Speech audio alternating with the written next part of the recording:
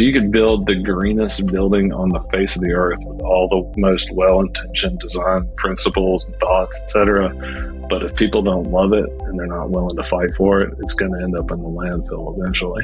If you build a traditional building that is built with traditional means and methods and people love it, and it's there for 100 years, that's a hell of a lot more sustainable than a totally net zero building that's going to end up in the landfill after 20 years.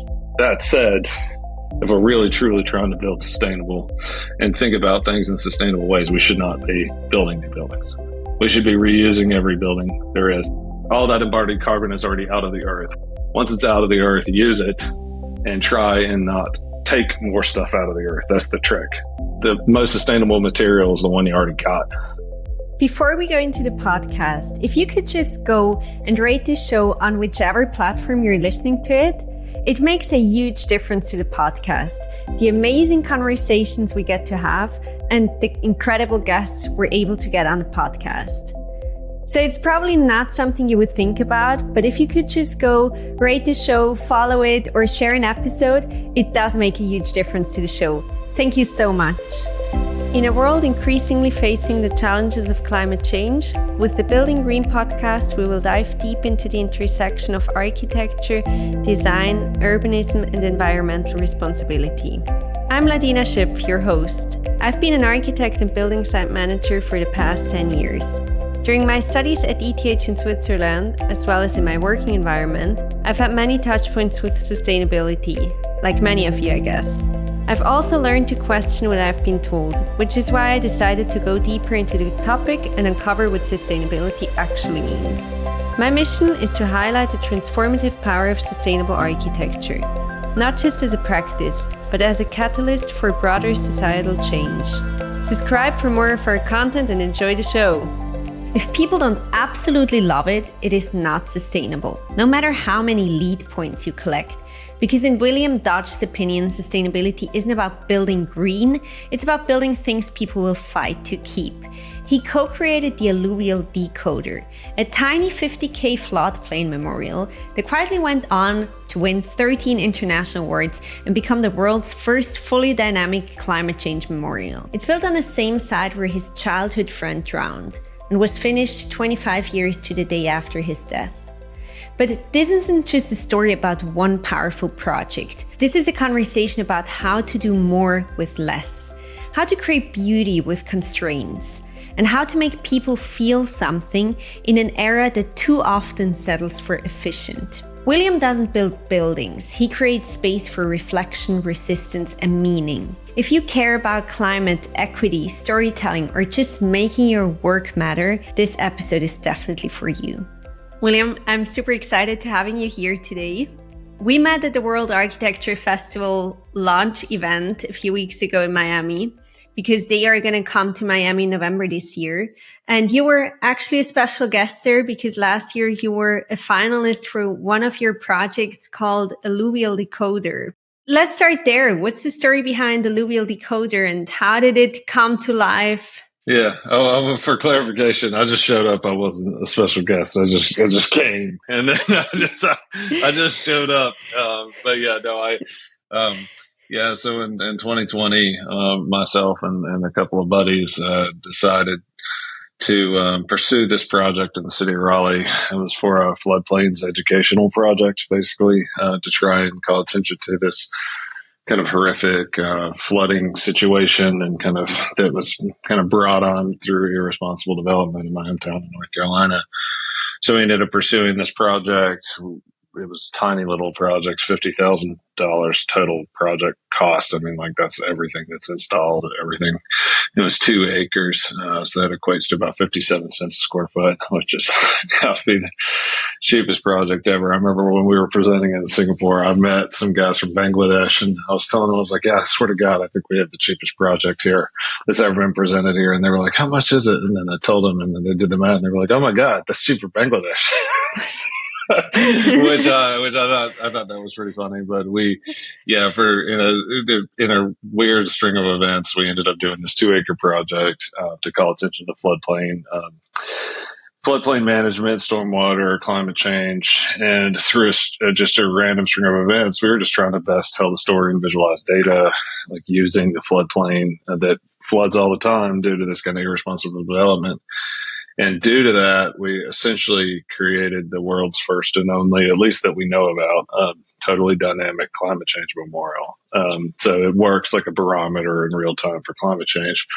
And because of that, it's since gotten a ton of attention. I think we're up to 13 regional, national, and international design awards. And it was a finalist for Global Landscape Project of the Year at the World Architecture Festival. It was pretty interesting because it was like our tiny microscopic project. It's almost like a miniature of a project by comparison to these like multi-billion-dollar Chinese eco cities and stuff like that, which that's ultimately what ended up taking the prize. But again, we weren't expecting to win or anything. We just really wanted to share our story with people, and also to talk about kind of our mentality of trying to tell big stories with less impact. I mean, with like less physical impact. So like you can have a highly impactful story without necessarily spending a lot of money or using a lot of material. And I think that's one thing that I wish that the architecture industry thought more about. It's like you don't necessarily need to throw a lot of money and a lot of material at a problem to come up with a really elegant solution. Like, how do you do things that are, thoughtful and leverage things like light and shadow, like sight lines, kind of natural topography, prevailing winds, etc., to be able to create something beautiful for, as economical as possible, both monetarily economical, but also in terms of carbon, in terms of just materiality, etc. I love that. And I want to go deeper into that later on. And it actually just reminded me of a full episode I did with the Swiss architecture firm Herzog-Dümmerow. You know them?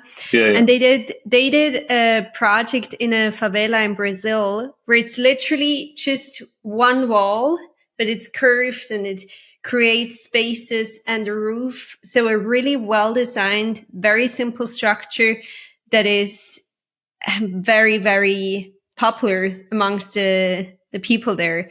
Yeah. So, but back to your project, why do you think it resonated so much? I think just showing people the value of great design solutions and good design thinking. It's, again, like, I don't know, I'm of the mindset, and maybe this might come across wrong, but I feel like anybody with a shred of talent and enough money can do something really interesting. It's a hell of a lot harder to do something interesting when you have a lot of constraints. And I went into architecture because I grew up in Eastern North Carolina. I wasn't really surrounded by design, and I felt like it could help people. And it shouldn't just be for the rich and the elite. And maybe that's naive, but I believe that to be the case. And I feel like our industry would be in a lot more healthy of a space if we had more people that actually did that. What was the main problem you were trying to solve with the project? And how did the concept evolve from the initial idea to what it is now? It's funny, man. We normally don't like to come to interviews or anything like that with a preconceived notion of the idea. But when we saw the budget and we knew the project site, and my partner Lincoln and I, we each lived a mile from there. We were very familiar with it. Sadly, I actually had a childhood friend who drowned as part of the flooding of that. So we're very familiar. And actually had another friend who almost drowned and would have had somebody that's heard him screaming and dive and that saved his life when we were in high school. So, and in a weird string of events, after we won this project, we ended up hiring my friend that almost drowned to help us on the project. And he and I actually finished part of the project together on the 25th anniversary of our friend's death, which was really heavy. So I think part of that obviously resonates, but also too, it's like, I think, calling attention to irresponsible development, allowing people to understand why floodplains matter, why biodiversity matters, why things like meadows are more important than fresh cut grass, why how we develop near waterways, and think about things like urban design, how those things actually matter, and they're not just kind of arbitrary decisions. They have rippling effects throughout our entire built environment. I think that is, probably the reason why it started to kind of resonate with people. And also to just simply, we live in a country that doesn't necessarily believe in climate change, which is really pretty horrific. We actually had to, we were presenting this a couple of hours at World Architecture Festival a couple of hours after the election results were announced. So it was a kind of an interesting time to be talking about climate change on the international stage, right after a government that doesn't believe in climate change was just elected. So. And you didn't win at the World Architecture Festival? No, we definitely didn't win. Yeah, no, there was this really, there's a really great firm from China that ended up winning, and we were really happy for him. It was a really fantastic, amazing project. I don't, and I actually think that was one thing that one of the jurors, we actually have some of the juror comments on our Instagram page, and one of the jurors was saying, like, it's how do we even judge your project, which is like this tiny little, like, it's beautiful and elegant and uses the nature as a collaborator, but it's like a tiny little miniature of, by comparison to this multi-billion-dollar grand, vast eco city landscape statement. And again, like, we didn't go there to try and win. We went there to try and talk about our story and kind of share the work that we're doing, because right, wrong, or indifferent. So the name of our firm is called A Gang of Three. And,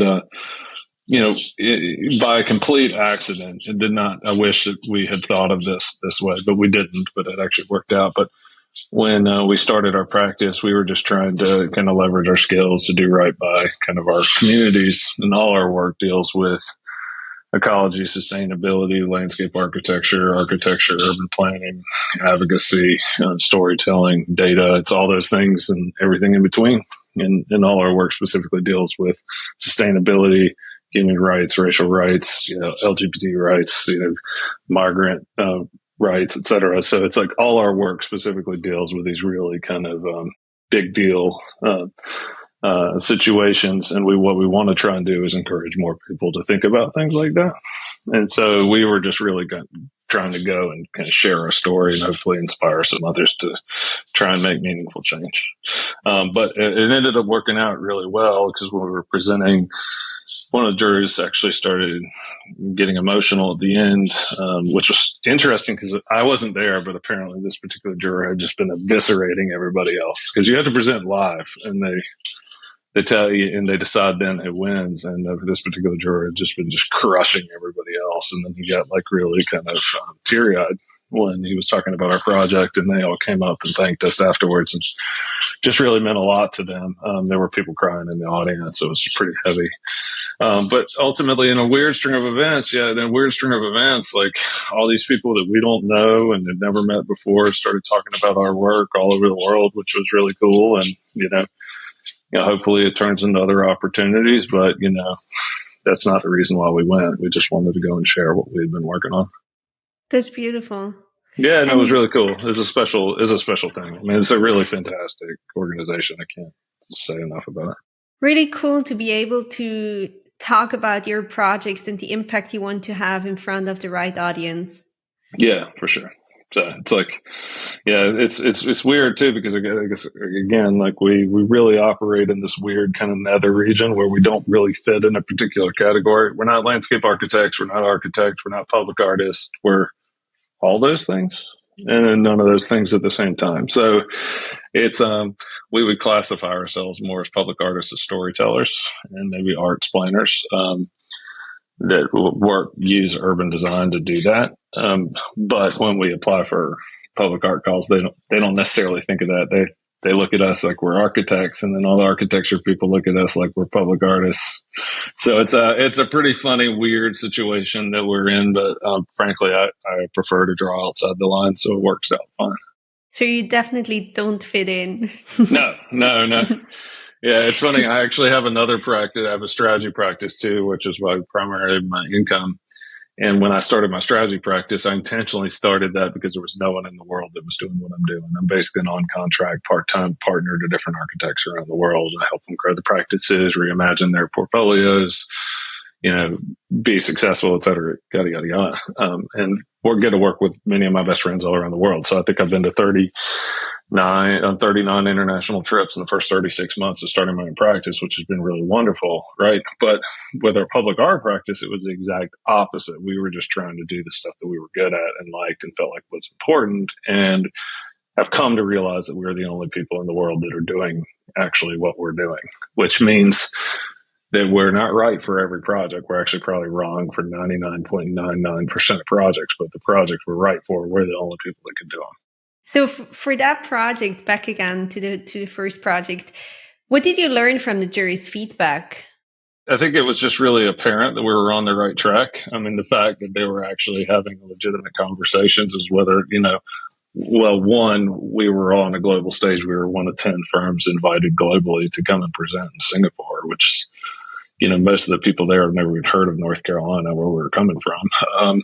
And to be able to have those conversations on the global stage was really, one, highly important. Two, it just let us know that we were on the right track. And the fact, especially too, considering the reaction of the people in the audience, some of our competitors, the team that ended up winning was really sweet. They came out, they rushed right up to us afterwards. And, this was before they announced the winner. They announced the winner a couple of days later, and they barely spoke any English, and I speak zero Mandarin, but they wanted to get a photo with us because they thought our project was so cool. So, which was really cool. And then they ended up winning. And then when they came off the stage, I gave them a hug, and it's really cool. It was just a really special thing. And it's like two people that don't even speak each other's languages, but just really appreciate each other's work. And that's like the perfect kind of allegory for World Architecture Festival. Yeah, that's the power of design and of having the same mission. 100%. Yeah, no, I think it's really cool. And I would describe the World Architecture Festival. It's essentially like the Global Design Olympics. And I feel like that same spirit of kind of, it's competitive, but in a very friendly and super supportive way, because, everybody wins when great design happens. And I think, again, like, whether you speak the same language or not, you can look at work and understand it and appreciate it. In a post you made recently, you said great design doesn't have to be expensive. This project had a very tiny budget. What did that force you to rethink? Well, it just, like, a lot of our work really deals with data visualization. So, it's for us, we were trying, it's down in this kind of valley, and then it fills up with water when it rains. And so what we're trying to think of is like, okay, well, the city wants to talk about this, this flooding disaster and how these things, how these things can interact with the environment, and how can we draw attention to it? Well, there's a greenway or a biking path that runs right next to the creek. And so, okay, so we knew we had a captive audience along the creek. But the main thing we really wanted to do was it's surrounded by all these major roads that get about 60 to 70,000 cars a day. And so we were like, well, that's actually our main audience, right? So how do we create a series of breadcrumbs that basically pique people's interest, to get them interested to want to come down and learn more about this? So we ended up doing a series of color-coded flood markers, each capped off at the top of each storm. So if a storm's 25 feet, it's 25 feet tall, right? And it's interesting because flood markers are not a radical or new thing. They're pretty common. They use them for snow, they use them for floods, they use them for a lot of different things. But in our case, the thing that made it unique was you have multiples of each one, so maybe 4 or 5. So when you stand next to one, you look up and it's 20 feet tall, or 8 meters tall, or whatever. And you look up and say that's one experience. But then what happens is your eye drops and you see all the other corresponding ones, and your eye draws an invisible line between them, and you situate yourself underwater. And then so all of a sudden you're not just standing something up and looking at something that's really tall. You're inhabiting an invisible river. And it really puts you in this situation where you feel it. And then if a bad storm happens, can come out of nowhere, all of a sudden you're underwater. And like, how do you visualize that data, which is pretty interesting. And then our project does that, as again, because it's designed to flood, but also we reinstituted a meadow, increased biodiversity, drove probably 10 times more people down there than had ever previously been down there. And it's become this kind of destination purely for art's sake. Even if people don't know exactly what it is, you have to spend some time with it to get to understand it. And that's one of the things that we found with our practice. Again, all our work deals with very, I guess, socially conscious, sustainability conscious themes, right? And then in today's America, unfortunately, a lot of people, 77 million people, they unfortunately don't necessarily believe in a lot of those things. Well, okay, well, that's fine. It's not fine, but it's something I've got to deal with. Actually, it's terrible, but it's something I've got to deal with. But what we found is like, you can have an overt statement, and if you have an overt statement, somebody immediately sees it and they have a reaction. Whether they like it or not. They're either like, "Oh, it's great," or "I disregard that entirely." What we do is we create a series of conditions where you have to spend some time with it to understand and figure it out, right? And so you can't have an immediate reaction because we don't allow you to do that, right? You have to spend some time with it to understand it, and whether you love it or hate it, to me, is irrelevant because you've had to think about it. And when you cause people to actually think, that's when real change can happen. And I think that's important as opposed to just making some grand statement. We don't do objects. We set the conditions for people to have their own experiences within the context of our work. And I think that that's important. I see a little bit of your strategic business side there as well. You don't have to tell people, you have to make them understand and see it with their own eyes. Yeah. And it sounds like a concept that could be implemented all over the world. Back at your VHow competitor, let's say, the winner, you said you had a tiny budget. They had a huge multi-million or billion-dollar project. Which one do you think has a bigger impact? If you think of yours as a concept. It's hard to say. I mean, like, they won for a reason. They did really great work. And so, like, it is, like, to the jury's point, it's impossible to compare these things. It'd be like comparing, like, apples to spaceships. Like, I mean, it's not apples to oranges. It's, like, totally different things. So it's yeah, no, but it is interesting. I think both project types and both extremes. I mean, you couldn't find a more extreme example. It's like, here's this tiny little project. Like, if somebody was like whittling a little toy in the 1800s or building Versailles, those are like the two differences. All right. And that doesn't mean that one's good or bad. It means, I mean, they both have a place in society. It's just, and they both have an admirable place. It just depends on kind of what the conditions are to make it right. So, I was really excited for those people. I thought that the work they did was really fantastic. So, and I really like that point of view. There is a place for both in society. Now, you said it. Your firm, A Gang of Three, is a very unconventional practice. Can you share a project that best represents this unconventional approach? Yeah, I think that would be one that we did. We're currently working on a new. Well, it's new. We've been working on this project for over 3 years. A new project in the city of Richmond, Virginia. And I should mention, we were called A Gang of Three. When we first started, it was myself, my friend Lincoln Hancock, and our good friend Will Belcher. Will's one of the best landscape architects in the country, and then Lincoln's a really fantastic graphic designer. I'm trained as an architect, urban designer, and I used to run another major practice when we were first starting all this stuff. So, but after Louisville Decoder, basically what happened was our friend Will had left to go out on his own, and he has a really fantastic landscape architecture firm called Ground Control that has just exploded.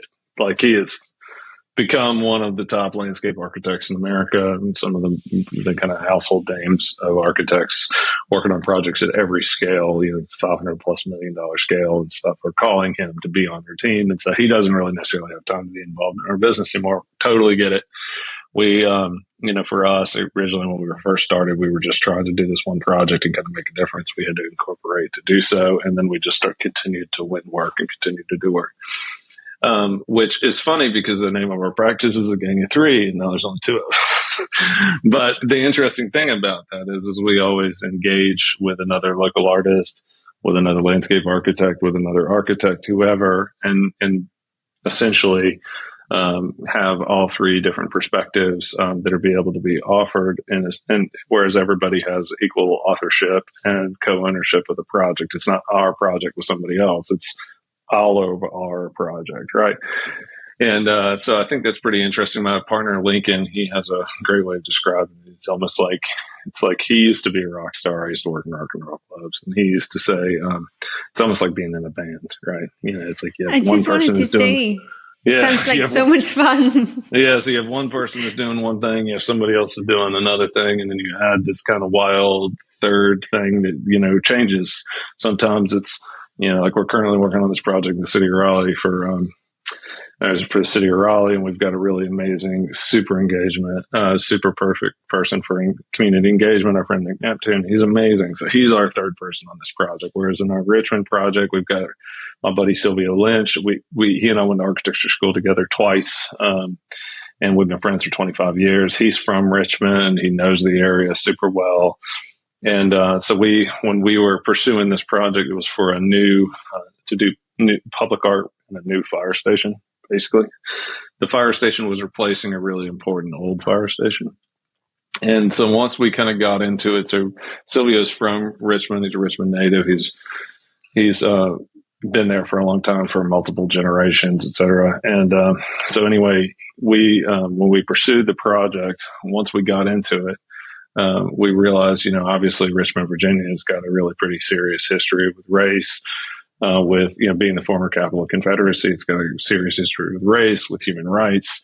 It's actually got a really serious history with fire too, because in the Civil War, when the Confederate Army was about to be basically overwhelmed by the Union, the Confederate Army pulled out, and while they were doing that, there were 2 tobacco warehouses that were full of tobacco, and rather than it falling into the Union hands because it was worth millions of dollars, they decided to light it on fire. Unfortunately, that spread and burned down most of the city.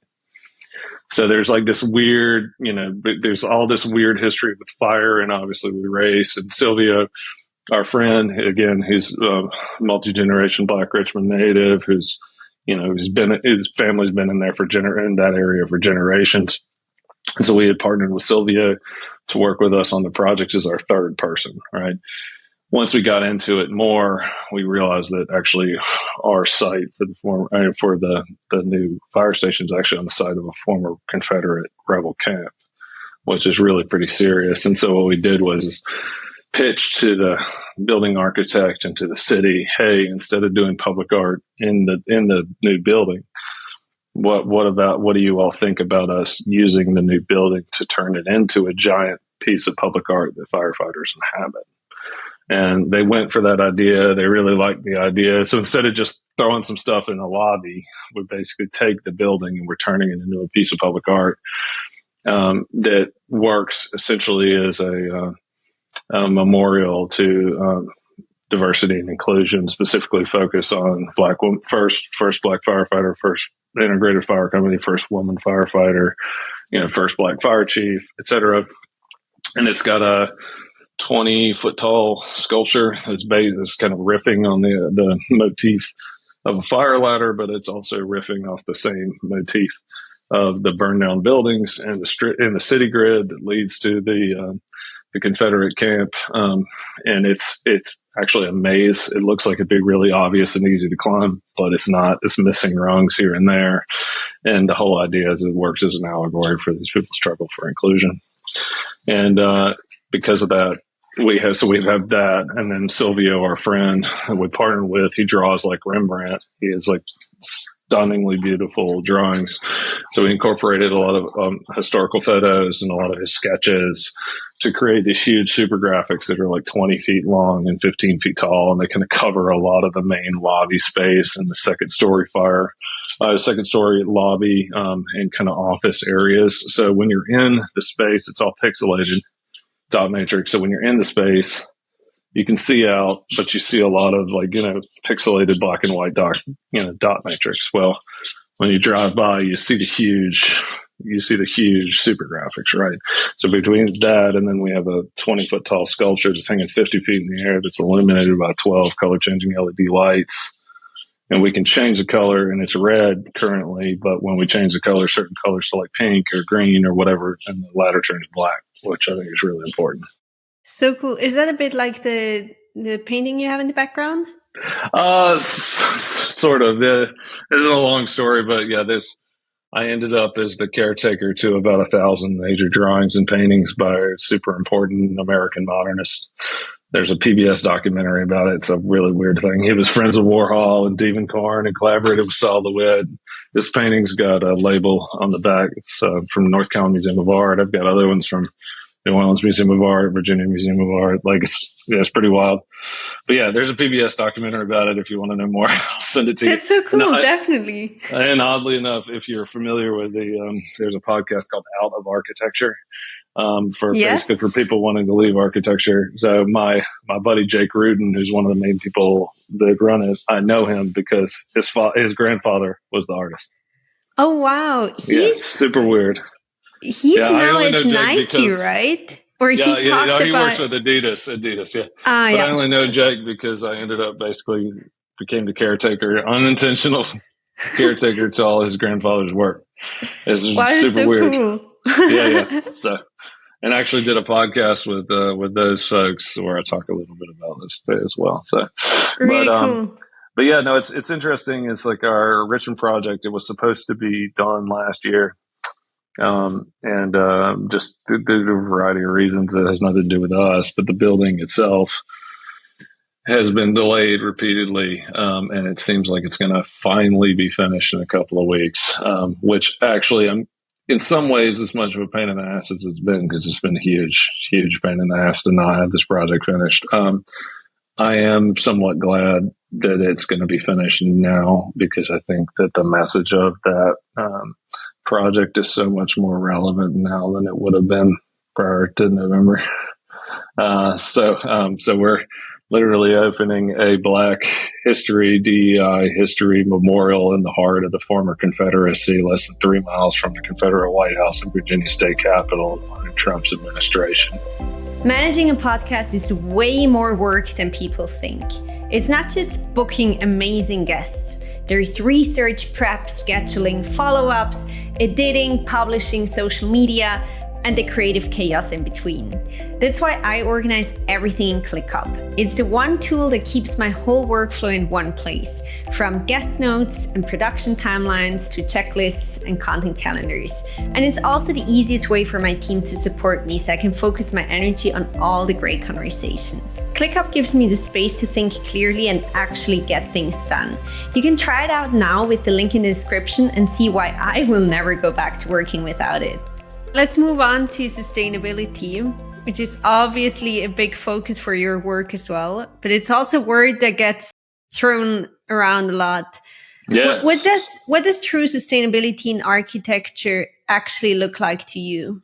Yeah, no, it's interesting because we fetishize these super green buildings and things like that, and I'm not suggesting that those aren't important, but It is interesting to think about, like, what does true sustainability mean? I had some friends of mine, I helped some friends of mine through my strategy work, end up winning a net zero project out west. I'll give you an example of this. This is a true story. I'll leave out the names to protect the innocent, but I had some friends that helped win a totally net zero project out west. And once they got into it, it was in the desert. And once they got into it, they realized this project should not be built in the desert. The town is 5 miles away. They should just build a traditional building on the grid, because that's significantly more sustainable than building this totally net zero project on this virgin land. And the client vetoed it because they wanted to build a sustainable building in the desert that was totally net zero.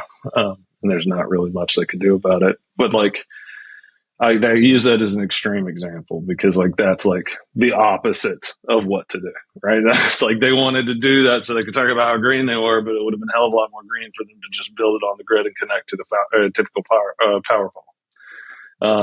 So I think I find that to be very interesting, but also too, I would say one of the things that a lot of people don't talk about is design excellence is key to sustainability. because you could build the greenest building on the face of the earth with all the most well-intentioned design principles and thoughts, etc. But if people don't love it and they're not willing to fight for it, it's going to end up in the landfill eventually. So the trick is people have to love it. If you build a traditional building that is built with traditional means and methods, and people love it, and it's there for 100 years, that's a hell of a lot more sustainable than the totally net zero building that's going to end up in the landfill after 20 years. So it's like, how do you talk about design excellence from a sustainability standpoint? That said, if we're really truly trying to build sustainable and think about things in sustainable ways, we should not be building new buildings. We should be reusing every building there is. I remember I told somebody that one time, this architect, and he was like, that's like telling people they shouldn't eat meat and shouldn't have kids. I was like, I don't have kids and I don't eat meat, but like, hey, that's my choice. I'm not telling anybody they should do anything, but let's not talk about sustainability and then not make it an effort to try and reuse every possible building that we can, because all that embodied carbon is already out of the landfill. Once it's already, all that embodied carbon is already out of the earth. Once it's out of the earth, use it and try and not take more stuff out of the earth. That's the trick, So I think a lot of times we fetishize quote unquote sustainable materials, but the reality is the most sustainable material is the one you already got. I love that. And we also talked about this a few weeks ago about the impact of a beautiful building, or we were talking about a Khan museum, which is totally made out of concrete, but it's still there. I don't know how old it is, but it's probably never going to be torn down unless it has to. And a lot of LEED buildings might not be as beautiful, so they might not have that connection that people want to keep it. Yeah, no, that's the trick. And it's, unfortunately, in the U.S. in particular, we really live in a highly throwaway culture. We don't build, we rather build quantity, not quality. And we get tired of things really quickly. And this happened in the 50s and 60s with them tearing down Victorian and Italianate buildings, et cetera. And then we look back at them now and go, how could they possibly have taken down this, And in my hometown, we had this really amazing building. It was a university. It was a college called Meredith College. And the original Meredith College is downtown Raleigh. If you want to see one of the most interesting buildings probably I could think of in the United States, type in Meredith College, historic Raleigh, and then it'll come up. But it looks like something from the Wizard of Oz, like the Emerald City. And now it's a parking lot because in the 60s, we just decided to tear it down because it had fallen out of fashion, right? Well, the same thing's happening now in my hometown. We're tearing down all these brutalist, beautiful, extraordinarily beautiful brutalist buildings to build new sustainable buildings where we're a hell of a lot more sustainable just to reuse those buildings. But the reality is those have fallen out of fashion and they're not old enough to be historic. And in 10 years, 5, 10, 20 years, people are going to regret it. But there's nothing we can do about it. So, yeah, that's the trick. It's like, how do you build something that's timeless that can last forever? I do a lot of work in Malta, so just 90 kilometers south of Sicily, about 45 miles south of Sicily. And I have my friends, one of the architecture firms that I work with. Their office is in a building that was built by the Knights Hospitaller in the 1400s, right? Like, and it's like, that's like the most sustainable building on the earth that I know that I can envision. You're talking about a building that's almost 700 years old and it's been in constant use ever since. How are you going to top that, right? So, and sadly, we're building buildings that, if a building has 100-year lifespan, that's like insane to us, but, I think that's the trick is like, how do you build things to last? Use local materials, use an economy of means in materials, and just really try to be super sensitive with what you're actually taking out of the ground and using. I like that. Now, what do you think needs to happen for American society, and not only Americans, to get to that mindset shift of keeping things? Yeah, I mean, I don't know. That's a great question. I think as the costs of, America in general, in America, land's always been cheap. right? So there's not like a huge value on design. In places like New York, Chicago, LA, wherever where land's expensive, you see a premium put on design, right? So then all of a sudden it's like that's a differentiator. Whereas in like my hometown, people can just continually tear down cool buildings and build strip malls everywhere, and nobody really seems to care because the land is so cheap by comparison. I think until we find ourselves in a situation where the costs start to justify, the things like design being a differentiator, I don't know that that's really ever going to change. I think for us as an American society, we feel the need to dominate our environment, like where we believe in manifest destiny and imperialism and capitalism and all those things. And whether you're believe in those things or not, it's the reality. And until we start to value things like thoughtful design and kind of reasonable kind of life expectancy for some of our things, and aren't just looking at like, hey, well, we can go to H&M or Forever 21 and buy a T-shirt, wear it twice, and then it falls apart, we'll throw it away and pick up another one. And until we get rid of that mentality, I don't know that things are going to change. That's part of the reason why most of my work is abroad. Very little of my work is actually in the United States. And that's not to say that I don't like working in the United States. Just the reality is if I'm wanting to do the best work in the world with the people that are doing the best design in the world and having the biggest impact, and we don't have those clients in the U.S. Typically, it's more about dollars and cents and spreadsheets. And it's whether you believe in that or not. That's just the reality. Let's talk about that business side. You're also the founder of Public, where you consult on strategy for design firms. Mm-hmm. What do most architecture firms get wrong about business? I don't think they have any idea how to work as a successful business. I think a lot of us, unfortunately, have kind of bought into the myth of kind of the lifestyle of architecture.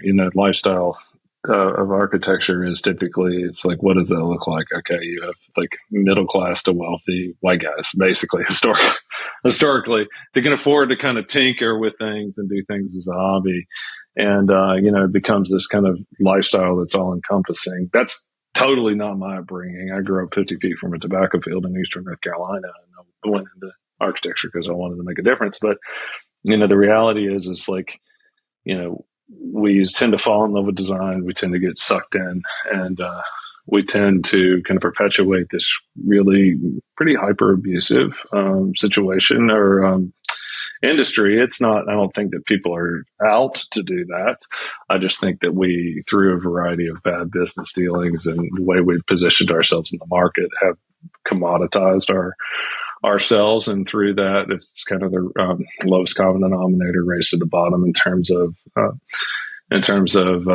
market value and things, and a lot of firm owners make a really good living off of paying younger staff not that much and working them indiscriminately, and I'm just not interested in being a part of that. And I think, so I think just in general, the industry needs to be rethought, but also too, I think a lot of business owners don't know how to leverage what they've got to a new audience because they're so used to seeing everything a certain way. And I'm guilty of this in my own work. I was saying that I kind of started saying like 20 years ago, but I believe it to be true, is the world's greatest innovators are inherently the people that don't know any better, right? Because they're not predisposed to what it is and isn't possible. And whenever I used to run a firm or whatever, we would have different expertise. Like I'm an expert in academic libraries. Well, I would always have somebody on our team that didn't know anything about academic libraries because I felt like they would offer some pretty interesting insight because I'm too predisposed to what is and isn't possible to think about things in a new way again. But they have this really interesting, fresh set of eyes. And so when I work with my clients and collaborators, I tend to offer that. So it's like, I get to see all different sides of the kind of the world of architecture, from New Zealand to Malta to Saudi Arabia to the U.S. and kind of everything in between. So I can give people a pretty unique perspective. And there are other people. It's a weird thing. I used to run a major practice in kind of grew it with some buddies of mine, with a buddy of mine, and started it with just two of us. And through a series of strategic hires and some good moves, within the first 4 years, we hired 45 people and gone from no work to $2 billion worth of work with a B, $2 billion worth of work in my office. And then when I decided after that, I just kind of decided they didn't need me anymore. I kind of already got them to where they needed to be. And I've done that my whole career. Like every 3 to 4 years, I quit my job to go do something else. So I just decided to start my own practice and transition my clients. And when I turned in my notice, the CEO, who was my buddy, he was like, man, he's like, thank you so much. You guys really helped to save this firm, because the firm was in dire financial straits when we started. And he said, what do you want to do? And I said, I want to be an architect, man. He said, well, what do you want to do? I said, I want to do really incredible architecture. There's a really big difference, but it's true.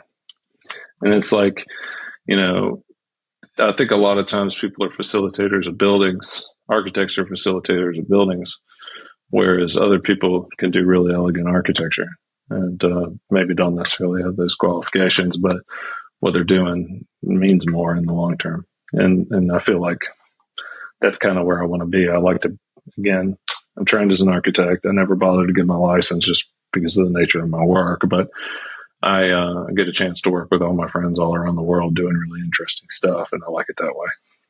But again, I'm kind of one of those people that always do what I love every day. And I probably would do it for free, but don't stop paying me because I really need the money. But that's also like kind of that's how they get you in architecture too. It's kind of like being a teacher. I always tell kids and students, like, if you're going to go into architecture, go into it. This is the only thing in the world you ever want to do. It's like being a teacher. It's the same thing. You'll be highly underappreciated. You'll be overworked. You'll be underpaid, underslept, like all those things. But if you want to do it, you'll never work it. If you really love it, you'll never work a day in your life. But it comes at a cost. It definitely does. So if you had to give one piece of business advice to an architect trying to grow their practice, what would it be? Be authentic. Like, so many people are scared to be authentic. So many people are scared to take a stand or say the wrong thing. They might alienate somebody, or they may upset some board member or something like that. I always tell people, I was giving this lecture at Clemson once, and I told all the students, I said, always be yourself, no matter what.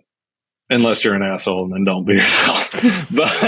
but in general, you should always be yourself. I mean, people want to work with people. They don't want to work with kind of soulless entities. And what makes you valuable? There's only one person in the world that is you, that has your exact skill set. What makes working with you special? What, makes, your work unique? Leverage that. People want to work with people that understand their value and stand for something. Nobody wants to work with somebody who's just kind of vanilla. And if an architect wants to genuinely promote sustainability in their work, where should they start? I mean, again, I think talking about, looking at regional materials, traditional building practices. And when I say traditional, I'm not talking about like phony Disneyland or fake Colonial Williamsburg. I'm thinking like, go look at your tobacco barns and things like that have been built in the areas and by people that really know how buildings work, right? Look at the buildings that were built before air conditioning and figure out like, how can you leverage some of those principles to create really interesting spaces. I remember I heard this interview with Glenn Murcutt. This was years ago, the Australian architect, Pritzker Prize winner. And somebody was interviewing him about LEED. And this was at a time, again, in fairness, LEED was going through a transition. But he made the point that he's been designing buildings to not use it. None of his buildings have ever used air conditioning. And he said, I don't get any points for designing a building that doesn't use air conditioning. But if I put an Energy Star air conditioner in my building, I get LEED points. What's the sense in that?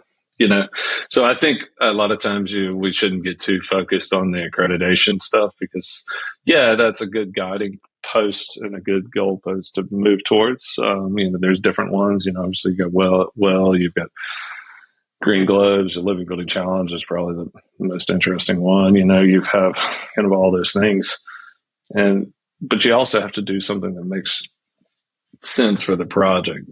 you don't need to just go and throw bike racks on a project because it gets you a point. You need to throw them there because they make sense for the project. And I think that's the thing that sometimes that gets lost. Again, I'm a huge advocate for sustainability, but I think that we just need to, how sustainable is it, again, to take something you don't need and use that embodied carbon and ship it to a site and put it in when it's never going to get used just to get a point. And so, like, that's the trick. So do you think these kind of sustainability badges like LEED, do they actually push architecture forward, or are they just branding tools? No, I do think they push architecture forward, and they get more difficult every year. And I don't know necessarily they push architecture forward in terms of architects. I think they push architecture forward through clients. So I'm currently working on a project at Penn State with some clients of mine, and it has to be LEED. And so, like, which is great. So we're having conversations about certain things that wouldn't happen with this, with this particular instance in this building because the budget's so tight, et cetera. Was that if that had not been a state requirement, right? And I think that those conversations are good to have. And again, I'm not trying to be down on these grading systems. I just think that like anything, I think you got to take them with a grain of salt. Leverage the good and leave the bad, and try to do the best that you can every day.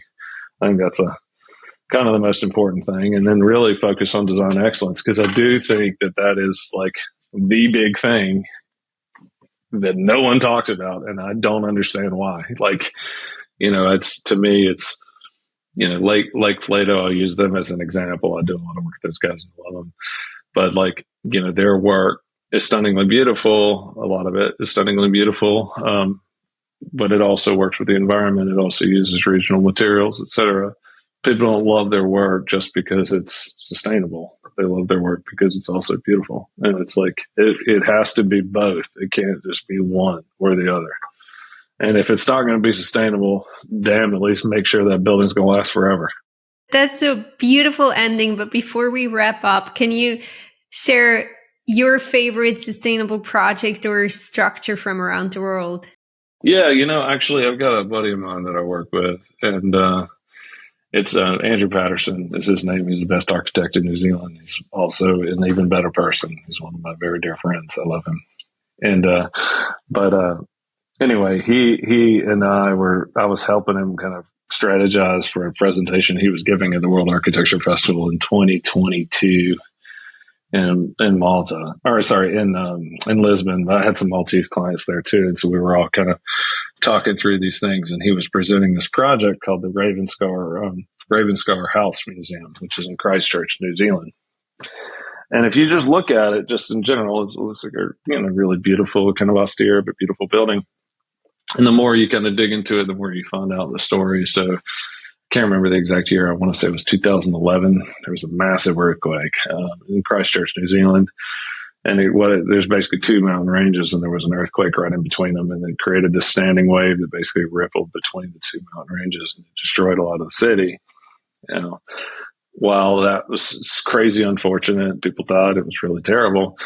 The worst part about that entire situation was the way the government awarded the demolition contract. They awarded it to one person, and they awarded basically the cost was going to be awarded based on the number of buildings that were torn down.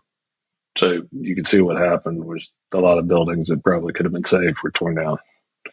And so what it ended up doing was it really kind of erased this really historical, beautiful kind of colonial city in large part, and basically left this huge string of rubble throughout going for miles throughout the city. And it was like, you had the clay roof tiles, the granite cobblestones, like all that stuff. You could kind of see it all in the mashup of everything. So when Andrew won this project, he had a couple. And so there was a client couple, and they had a house that had slid off this mountain during the earthquake, and they got an insurance settlement. I don't remember exactly what it was. So let's just say it was $20 million. I actually don't know. I think it's around that. But they got this insurance payout, and they wanted to create a safe house for the city.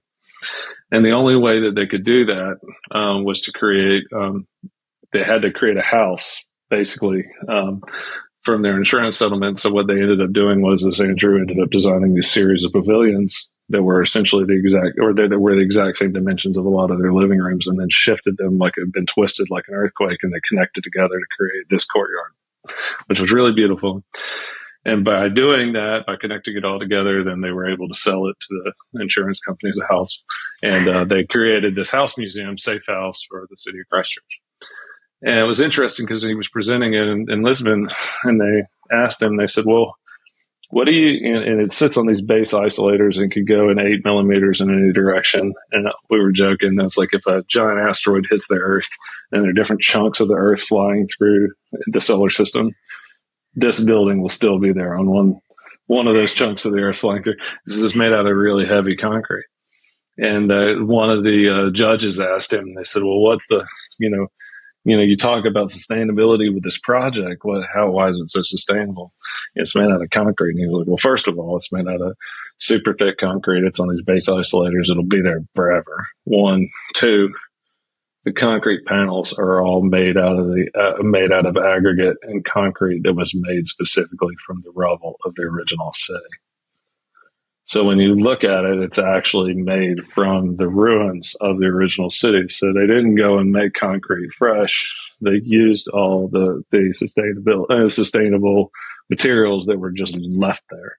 So when you look at it, you see the granite, the red brick roof tiles, all those things that are embedded into the DNA of the building. It's just stunningly beautiful. And I just think that like little things like that, it's a small, simple decision that has such a tremendous impact. And I remember Andrew saying, he said, if you calculate that building is going to be there for 100 years, I've used significantly more embodied carbon getting here to Lisbon to present the project than that building is ever going to use, which I thought was a really great answer. Yeah. And they ended up winning for Global Cultural Building of the Year, World Architecture Festival in 2023. So, wow, it's so cool. Such a cool story. Long story. Sorry, I have a tendency to ramble, but I do really love that project. So, William, if our listeners want to follow your work, where can they find you? They can go to agangofthree.com. So AGANGOFTHREE.com, I think, something like that. Agangofthree.com. And then my public website is essentially ungoogleable. But if you type in the word public with hyphens in between each of the letters, then you'll find me. I'll link it in the description. Yeah, then I'm also on I work on referral, and so it works out fine. But then also on LinkedIn, and then the Gang of Three or William H. Dodge on Instagram too. But no, I really appreciate the time, and I think what you're doing is really important. And I think this is cool. And I think I sent you a couple links to specific people that you might want to talk to. And I think Andrew Patterson was one of them, actually. I think so, yes. His building I mentioned, yeah. And then my architect friends in Malta that have their office from the 1400s, they might be another one. They build load-bearing buildings out of local stone. That's so cool. That's as sustainable as you can possibly get. For new construction, right? So, but yeah, no, thank you so much for taking the time and for having me. I think this was really fantastic. A huge thank you for listening. Make sure you subscribe to the show wherever you listen to the podcast to support me and so you don't miss an episode. And while you're there, I'd also be so grateful if you could rate and review us. If you have any guest suggestions or any feedback, you can find me on the socials at LadinaShipf. Thanks.